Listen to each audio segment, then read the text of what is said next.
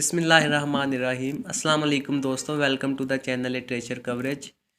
उम्मीद करता हूँ आप सब ठीक होंगे। दोस्तों, आज की इस वीडियो में हम लोग विलियम ब्लेक की एक पोइम पढ़ेंगे, the sick rose. William Blake जो थे वो एक रोमांटिक पोइट थे, अर्लीस्ट रोमांटिक पोइट कहा जाता है। जो शुरुआत में जो रोमांटिक पोइट आए थे उनमें विलियम ब्लेक का नेम आता है।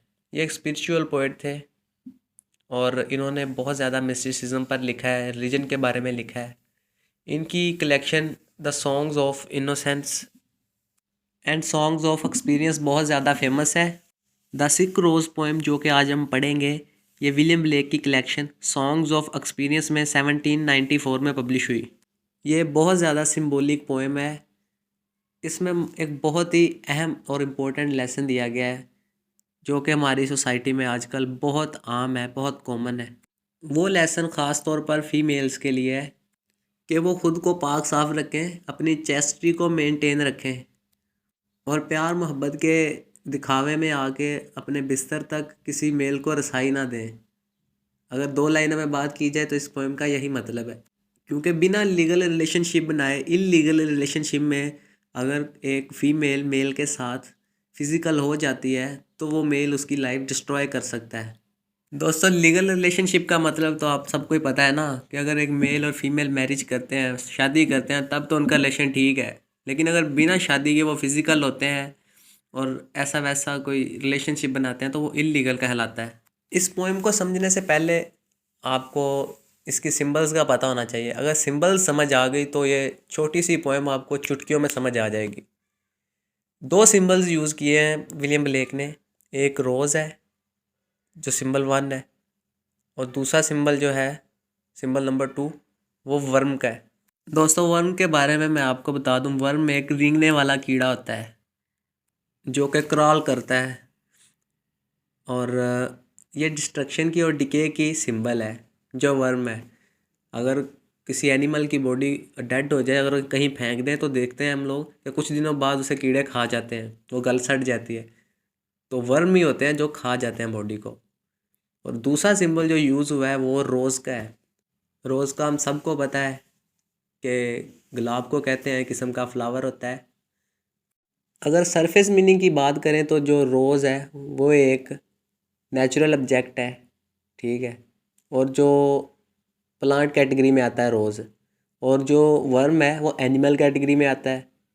लेकिन अगर इसका डीप एनालिसिस करें तो हमें पता चलता है इस पोएम में जो रोज़ है उसको फीमेल के तौर पे लिया गया है और जो वर्म है उसे मेल के तौर पे लिया गया है। वर्म जो है वो डिके की लामत है, डिस्ट्रक्शन की लामत है, लेकिन जो गुलाब है वो प्यार की लामत है, प्यार की निशानी है। डीप एनालिसिस में अगर देखें तो जो गुलाब का फूल है वो प्यार मोहब्बत के लिए भी इस्तेमाल किया जाता है लिटरेरी लैंग्वेज में। तो रोज़ एक बहुत सेंसिटिव सा प्लांट है, सेंसिटिव सा फ्लावर है, और अगर कीड़े पड़ जाएं पौधों को भी तो पौधे भी गल सड़ जाते हैं। तो सीधा सीधा मतलब है, अगर एक फीमेल जो है वो मेल को इतना अलाउ करते कि वो उसके बेड तक चला जाए तो वो फिर उसकी लाइफ भी डिस्ट्रॉय हो जाती है। लाइन बाय लाइन एक्सप्लेनेशन अब देख लेते हैं इस पोएम की, सारी समझ आ जाएगी आपको। इस पोएम के 2 स्टैंजाज हैं और हर स्टैंजा की 4 लाइनें हैं। इस पोएम की राइमिंग स्कीम जो है वो ABCB है। तो चलिए शुरू करते हैं। पोएट बोलते हैं, ओ रोज़ दो आर्ट सिक। दो का मतलब है यू और आर्ट का मतलब है आर। ये ओल्ड इंग्लिश लैंग्वेज के वर्ड्स हैं। अगर मॉडर्न इंग्लिश की बात की जाए तो इसका मतलब बनता है, ओ रोज़ यू आर सिक, यानी कि ए गुलाब के फूल तुम बीमार हो। द इनविजिबल वर्म, ना नज़र आने वाला कीड़ा, that flies in the night, जो कि रात में उड़ता है, इन द हाउलिंग स्टॉर्म, बहुत तेज़ हवाओं वाले तूफान में।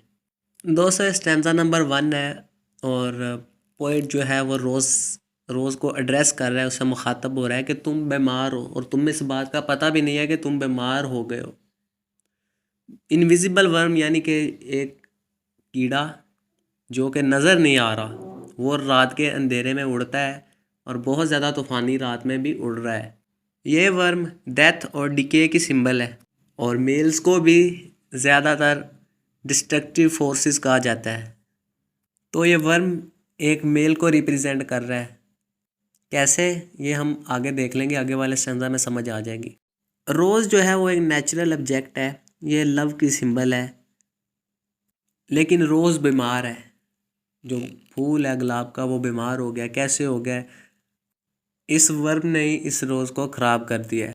अब हम तो ये बात जानते हैं कि जो वर्म होता है वो रेंगता है, ज़मीन पर चलता है, वो उड़ नहीं सकता। लेकिन यहाँ पोइट कह रहा है कि वो कीड़ा उड़ रहा है और वो नज़र भी नहीं आ रहा, और तूफ़ानी रात में तूफ़ान में वो कैसे उड़ रहा है। अब दोस्तों ये पोइट ने अपने अकॉर्डिंग लिखा है। अब पोइट के माइंड में क्या है वो तो हमने ना जान सकते, हमने अपने अकॉर्डिंग की इंटरप्रिटेशन करनी है इसकी। सो मतलब ये बनता है कि वो जो वर्म है वो एक तो पावरफुल भी है, दूसरा वो इनविजिबल भी हो जाता है, तीसरा वो सख्त तूफानी रात में भी, सख्त तूफान में भी उड़ सकता है। दूसरे स्टैंजा में पोइट कहता है has found out thy bed of crimson Joy.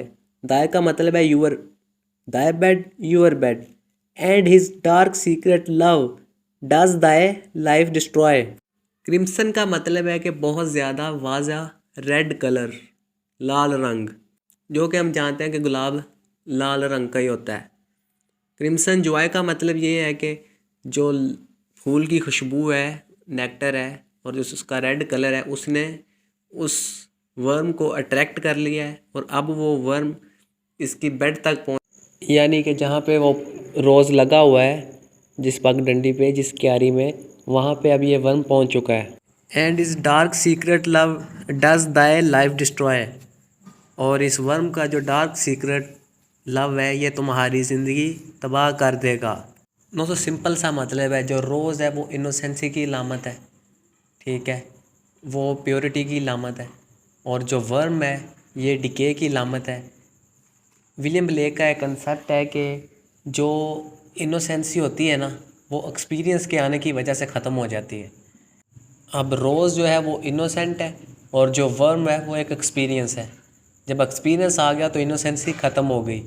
यानी कि एक फ़ीमेल जब मेल के करीब गई, या फिर उसने मेल को इतनी इजाज़त दी कि वो उसके बेड तक पहुंच जाए, यानी कि उसके बिस्तर तक पहुंच जाए, तो तब फिर उसकी चेस्टिटी भी ख़त्म, उसकी वर्जिनिटी भी ख़त्म, और वो फीमेल इम्प्योर हो गई।